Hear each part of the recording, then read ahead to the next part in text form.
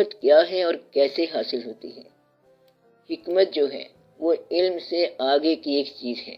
علم جو ہے وہ معلوم کا نام ہے۔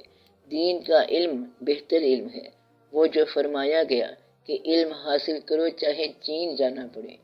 جو علم حضور پاک صلی اللہ علیہ وآلہ وسلم کے در تک پہنچے وہی اصل علم ہے۔ تو علم کے آگے حکمت ہے۔ قرآن پاک میں سورۃ آل عمران میں اللہ تعالیٰ فرماتے ہیں کہ حقیقت یہ ہے کہ اللہ نے مومنوں پر بڑا احسان کیا کہ ان کے درمیان انہی میں سے ایک رسول بھیجا جو ان کے سامنے اللہ کی آیتوں کی تلاوت کرتا ہے، انہیں پاک صاف بناتا ہے اور انہیں کتاب اور حکمت کی تعلیم دیتا ہے۔ تو نمبر 1 یہ کہ تزکیہ ہو جائے اس آدمی کا۔ تزکیہ کا مطلب کیا ہے؟ کہ انسان لالچ اور خوف سے آزاد ہو جائے، یعنی دنیاوی لالچ اور خوف سے نہ امیر ہونا چاہے اور نہ غریب ہونے کا ڈر ہو۔ آپ یہ کہیں کہ نہ امیر ہونے کی دعا کریں گے اور نہ غریب ہونے کا ڈر کریں گے، تیسرے دن آپ اپنی دعا توڑ بیٹھیں گے اور امیر ہونے کی خواہش کریں گے۔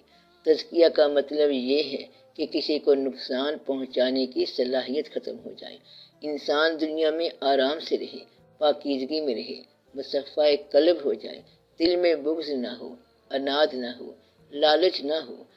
مقصد یہ کہ اگر دل کے اندر یہ سب آ گیا تو وہ تو پاگل ہو گیا، مر گیا، فنا فی الصخر ہو گیا، تباہ ہو گیا، برباد ہو گیا۔ جس کے خیالات ایسے ناپاک ہوں، ناپاک عزائم، ناپاک ارادے، ناپاک خواب ہوں تو وہ برباد ہو گیا۔ تو اس کا تزکیہ ہونا چاہیے، پھر اس کو کتاب اللہ کا علم ہو، اور پھر اس کے بعد کیا ہوگا؟ حکمت ہوگی۔ تو تزکیہ نفس ہو اور قرآن کا پورا علم ہو اور وہ تلاوت سے آشنا ہو، ہر شے تلاوت کر رہی ہے، تسبیح بیان کرتی ہے کائنات میں جو وہ چیز بھی ہے۔ کس کی تسبیح کر رہی ہے؟ اللہ کی۔ اس تسبیح کا آپ کو پتہ ہو کہ کیا کر رہی ہے؟ رات کا سناٹا ہے لیکن رات تلاوت کر رہی ہے، سبحان اللہ۔ رات بول رہی ہے سبحان اللہ سبحان اللہ۔ رات کے سناٹے بول رہے ہیں، یعنی کہ ہر چیز تلاوت کر رہی ہے۔ درخت، شجر، ہجر، وحوش، طیور، یعنی وحشی پرندے، جانور، سناٹے، ویرانیاں، آوازیں، ہر شے بول رہی ہے۔ کیا بول رہی ہے؟ تسبیح بیان کر رہی ہے۔ اپنا، بیگانہ، خویش، اقارب، سب لوگ یہ واقعہ ہو رہا ہے کہ تلاوت کو سنیں۔ آگے کیا ہے؟ یتلو علیہم آیاتنا، کہ اللہ کی نشانیاں بول رہی ہیں۔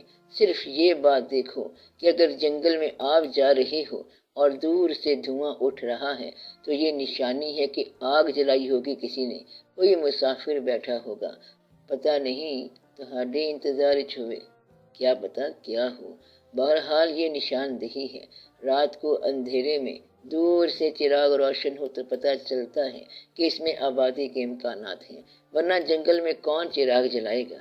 یا کسی درویش کی قبر ہے جو کہ خود ہی روشن ہے۔ تو یہ نشانیاں ہیں۔ منظر سے وجوہات معلوم کر لینا کہ یہ منظر کیسا ہے، یعنی کہ ہم اپنے گھروں میں پھول لگاتے ہیں، لگتے نہیں ہیں، روز مرجھا جاتے ہیں، اور ان کی قبروں کو دیکھو روشن ہیں، چمکتی ہیں، رونقیں ہیں، میلہ ہے۔ ہم روز سیاست میں میلہ لگاتے ہیں اور لگتا نہیں ہے۔ اجتماع کرنا بڑا مشکل ہے۔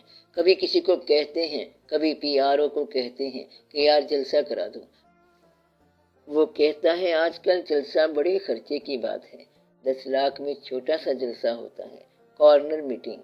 ایک آدمی کا میں نے بل پڑھا، سٹیج کے 3.5 لاکھ، اور سٹیج بنائی 7.5 لاکھ۔ سٹیج والا کیا کرتا ہے؟ سٹیج بنا دیا اور سامان اپنا واپس لے گیا، اور گورنمنٹ کو 5 لاکھ 7 لاکھ پڑ گئے۔ سارے اداروں میں ایسا ہے۔ تو اس سے کہا کہ 1000 آدمی کا جلسہ کرا دو، کہتا ہے 5 لاکھ لگیں گے۔ کہتا ہے کہ 10,000 کا جلسہ کرا دو، کہتا ہے زیادہ لگیں گے۔ یہ ایک الگ ادارہ ہے، اسے آپ آرڈر دیتے ہو۔ یہ ادارہ سیاسی نہیں ہوتا، کاروباری ہوتا ہے۔ کیا آرڈر دیتے ہو؟ کہ 1 لاکھ کا جلسہ کرنا ہے موچی گیٹ میں، بس سارا انتظام تیرے ذمے ہے۔ کہتا ہے تم 50 لاکھ جمع کرا دو، اور پھر وہ لوگوں کو کہتا ہے کہ آؤ، اور پھر سب کو ملا کے میلہ کر دیا۔ اور ادھر چاہے کوئی درویش ہو نہ ہو، فقیر نہیں ہے، ویسے ہی میلہ لگانا ہے تو وہ جائے گا، ڈھول والے کو لے آئے گا، طبلے والے کو لے آئے گا، گانے والی کو لے آئے گا، سب کو لے آئے گا، پھر جو نتیجہ نکلے۔ ہر شے کا ایک ادارہ ہے، یہ ہیں اسپیسیفائڈ چیزیں، لیکن ان سب کے علاوہ جو نشانیاں ہیں، اگر کہیں روشنی ہو یا میلہ لگا ہو تو یہ اور بات ہے۔ یہ جو لوگ عام جلسہ کرتے ہیں وہ ہزاروں لاکھوں روپے لگاتے ہیں مگر نہیں ہوتا، اور فقیروں کے ہاں بڑے جلسے ہوئے ہوتے ہیں۔ ایک آدمی اگر کہتا ہے کہ داتا صاحب رحمت اللہ جانا ہے، لیکن جس دن تنہائی ہو تو یہ جانا ہی نہیں چاہتا، یہ کیسے جائے گا؟ داتا صاحب رحمت اللہ تنہائی کدھر سے آئے گی؟ تنہائی تو کوئی کرنے نہیں دے گا ان کو، لہٰذا وہ تنہا نہیں ہوتے، اور دوسری طرف ادھر کوئی بندہ اکٹھا نہیں ہوتا۔ تو یہ اللہ والوں کے واقعات ہیں، نشانیاں ہیں۔ نشانیاں حاصل ہو جائیں، تلاوتیں حاصل ہو جائیں تو پھر سارا علم حاصل ہو جائے گا۔ پھر اس کے بعد اگر دانائی ملے تو وہ حکمت ہوتی ہے۔ دانائی کا معنی ماہیت اشیاء جاننے کے بعد، حقیقت اشیاء سے آشنا ہو کر، سارے واقعات جاننے کے بعد پھر تم دیکھو کہ رضائے الہی کہاں سے شروع ہوتی ہے۔ جہاں سے رضائے الہی شروع ہوتی ہے وہاں سے وزڈم شروع ہوتی ہے۔ دانائی میں، وزڈم میں، حکمت میں سارا دنیاوی علم ختم ہو جاتا ہے تو ساری چیز الٹ گئی۔ یعنی کہ انسان دعا کرتا ہے اپنی دنیا کو آباد کرنے کی، اور جب وہ دانائی میں جاتا ہے یا رضا میں جاتا ہے تو ہر شے اڑ جاتی ہے۔ بچوں کی جان بچانا یا بچے قربان کرنا، اللہ سے مدد مانگو صبر اور نماز کے ساتھ۔ حکمت کی بات ہے، خالی نماز کی بات نہیں ہو رہی بلکہ یہ صبر کے ساتھ ہو۔ اب یہ الگ بات ہو گئی، خالی یہ نہیں کہ نماز پڑھ کے آئے گا مسجد کی اذان دے کر، بلکہ صبر والی صلاۃ ہو۔ تو مومن جو ہے اس کی نماز ہوتی ہے صلاۃ وذ صبر۔ اب آپ دیکھو کہ آپ خوشبودار کپڑے پہن کر عید مناتے پھرتے ہیں، اب جو صبر کے ساتھ نماز پڑھ رہے ہیں یہ ہیں صبر والے لوگ، حکمت والے لوگ۔ وَاسْتَعِینُوا بِالصَّبْرِ وَالصَّلَاةِ، اور پھر اللہ نے کیا انعام دیا، ان اللہ مع الصابرین، کہ میں ان صبر والے لوگوں کے ساتھ ہوں۔ ان کا انعام تو اللہ ہے۔ تو صبر کے ساتھ نماز ادا کرو۔ تکلیف میں نماز پڑھنے والے کا انعام کون ہے؟ اللہ۔ اور پھر دنیا داروں کو کہا یہ اگر میری راہ میں مر جائیں تو تم انہیں مردہ نہ کہو، یہ زندہ ہیں۔ یہ زندہ کیوں ہیں؟ کہتا ہے جو میرے ساتھ لگ گیا وہ زندہ ہی زندہ ہے۔ تو زندگی کیا ہے؟ اللہ کے ساتھ وابستہ ہونا زندگی ہے، اور خدا سے غافل ہونا موت ہے، چاہے یہ اسی زندگی کے اندر ہے۔ موت کیا ہے؟ غفلت من اللہ۔ اور زندگی کیا ہے؟ بیدار مع اللہ۔ زندگی کیا ہے؟ اللہ کے ساتھ ہونا، بیدار ہونا۔ موت کیا ہے؟ اللہ سے غافل ہونا، چاہے یہ اسی زندگی کے اندر ہو، چاہے آپ میلے کے اندر ہیں۔ اللہ تعالیٰ فرماتا ہے کہ ان لوگوں کی آزمائش دیکھو، غور کرو یہ درجے کیوں ہیں، یہ صاحبان حکمت کیوں بنے ہیں۔ ان لوگوں کو میں نے آزمایا ہے خوف سے۔ اگر آپ لوگوں کو اپنا خوف معلوم ہو تو آپ کو اپنا نام پتہ چل جاتا ہے کہ آپ کون ہیں۔ کہتا ہے بڑا خوف ہے، ڈی ویلیویشن ہو گئی، بینک میں پڑے پیسے کم ہو گئے۔ اب یہ آدمی کون ہے؟ کاروباری بندہ ہے۔ اس کا خوف کیا ہے؟ پیسہ۔ خوف سے انسان کا مرتبہ پتہ چلتا ہے۔ کہتا ہے مجھے یہ خوف ہے کہ ہم مر نہ جائیں۔ یہ خوف کوئی ذاتی قسم کا ہے۔ خوف یہ بھی ہے کہ ملک پاکستان کہیں آگے پیچھے نہ ہو جائے۔ چلو یہ بہتر قسم کا خوف ہے، یہ بندہ بہتر ہے، ذاتی کی بجائے ملی طور پر بات کر رہا ہے۔ اس کا خوف بہتر خوف ہے، ذاتی خوف سے باہر نکل گیا ہے۔ ایک آدمی کہتا ہے کہ مجھے خوف ہے کہ اسلام نہ مٹ جائے۔ اب یہ جو ہے یہ اسلام کا محافظ ہے۔ کربلا میں اگر آپ دیکھو تو خوف اس بات کا تھا کہ کہیں کوئی ظالم بادشاہ مسلمانوں کے نام پر نہ آ جائے، لہذا وہاں سٹینڈ لینا ضروری تھا۔ تو خوف کے مقام سے صاحب مقام پہچانا جاتا ہے۔ خوف کے درجے کیا ہیں؟ الجو، بھوک۔ اب بڑے آدمی کو کیا بھوک لگنی ہے اور کیا پیاس لگنی ہے؟ تو پیاس سے بچہ اگر آواز دے تو پھر پتہ چلتا ہے کہ پیاس کیا ہے۔ تو خوف، بھوک اور پیاس یہ واقعہ اس مقام کی طرف لے جا رہا ہے۔ خوف بھی بلند اور بھوک بھی بلند، باقیوں سے نرالی ہے۔ جو ہر طرح کی بھوک، ملنے کی بھوک، جانے والوں کی بھوک، گزر جانے والوں کی بھوک، حادثے میں شہید ہونے والوں کی بھوک، تو بھوک بھی بلند، خوف بھی بلند اور شوق بھی بلند۔ نقص من الاموال، سارا مال بھی گیا، ماضی کا جمع کیا ہوا اور حال کا جمع کیا ہوا، یعنی کہ اگر وطن سے بے وطنی ہو جائے تو مال تو گیا۔ ایک آدمی جو ہمارے خانقاہ کا مجاور ہوتا ہے، آپ اس کو بھی تھوڑا سا پیش کر دیتے ہیں۔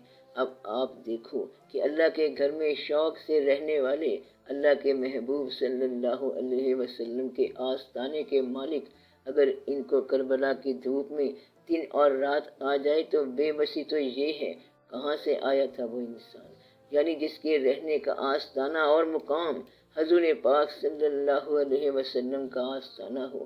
مالک ہیں آستانے کے اور اللہ کے آستانے کے بھی مالک ہیں، دونوں کے مالک ہیں۔ ان کو وہاں سے نکال کر اس بے وطنی کے سفر میں لے آئے، اس لمبی مسافرت میں آگے، تو پھر پتہ چلتا ہے کہ مقام کیا ہے۔ بات سمجھ آئی؟ بھوک، مال کا نقص اور جان۔ اب دیکھو کہ جان بھی کیسی کیسی قربان ہوئی، بڑے سے بڑے اور چھوٹے سے چھوٹے جان جا رہی ہے۔ بس ثمرات، محفوظ کیا ہوا پھل، پکا ہوا پھل، یعنی کہ جو پھل پکا ہوا ہے اس کا قبل از وقت بے وقت ضائع ہو جانا۔ اللہ کیا کہتا ہے، میں نے آزمایا یا آزماؤں گا۔ اب یہاں پر کیا ہے، یہ اللہ آزما رہا ہے۔ اگر کوئی انسان آزمائے تو کیا کریں گے، فائٹ کریں گے۔ اب پتہ لگ گیا کہ یہ تو اللہ کر رہا ہے۔ واہ بشر صابرین، اور صبر والے کیا ہیں۔ اذا اصابتہم مصیبت، جب ان پر کوئی مصیبت آتی ہے تو کیا کہتے ہیں، انا للہ و انا الیہ راجعون، ہم اللہ کی طرف سے آئے ہیں، ادھر ہی جانا ہے۔ ہمارا دنیا میں ہے ہی کیا، اصلی مسافرت یہاں سے شروع ہوتی ہے کہ ہم ادھر سے آئے ہیں، ادھر ہی جانا ہے، یہاں ہمارا ہے ہی کیا۔ یعنی اس نے بھیجا سفر پر اور اس نے بلا لیا سفر سے، ہمارا ہے ہی کیا، یہ ہمارا کیا ہے سے کیا مراد ہے کہ اپنے تعلقات سے لا تعلق ہو گئے۔ کہتا ہے آپ کا بیٹا گیا، کہتا ہے اس نے بھیجا تھا، بیٹا ادھر ہے تو میں بھی ادھر، اس نے بلایا ہے تو جا رہے ہیں۔ یہ نہیں کہتا کہ چھوڑ کے جا رہا ہوں، کہتا ہے بلانے والوں کے پاس جا رہا ہوں، بھیجنے والے کے پاس جا رہا ہوں۔ چھوڑنا تو تب ہے جب تم مال کے مالک ہو، گویا کہ مال کا مالک ہونے کا احساس بھی یہاں رہ گیا۔ ایسے لوگوں پر اللہ کی طرف سے سلام ہے، اور یہ لوگ ہدایت یافتہ ہیں۔ ادھر سے ہدایت کب ہوگی اور یہ حکمت کہاں سے ملے گی؟ حکمت کربلا سے ملے گی۔ اگر کربلا کا ہیڈ کہا جائے علی علیہ السلام کو تو حکمت علی علیہ السلام سے ملے گی، اور اگر علی علیہ السلام کو نبی صلی اللہ علیہ وسلم کے علم کا دروازہ کہا جائے تو پھر کہاں سے ملے گی؟ نبی صلی اللہ علیہ وسلم کی حکمت علی علیہ السلام کے ذریعے تفسیر کہاں ہے؟ کربلا کے ذریعے۔ اور آج کل تو صرف سوالات ہی سوالات ہیں، بس ایسے ہی باتیں ہیں، تو وزڈم وہاں سے ملے گی۔ اور وزڈم کا یہ طریقہ ہے، تو اللہ تعالیٰ نے بتایا کہ بڑوں کی بڑی قربانی اور تمہارے لیے، تو اللہ نے یہ کہا ہے کہ روزہ رکھا ہے تو میں اس کا انعام ہوں۔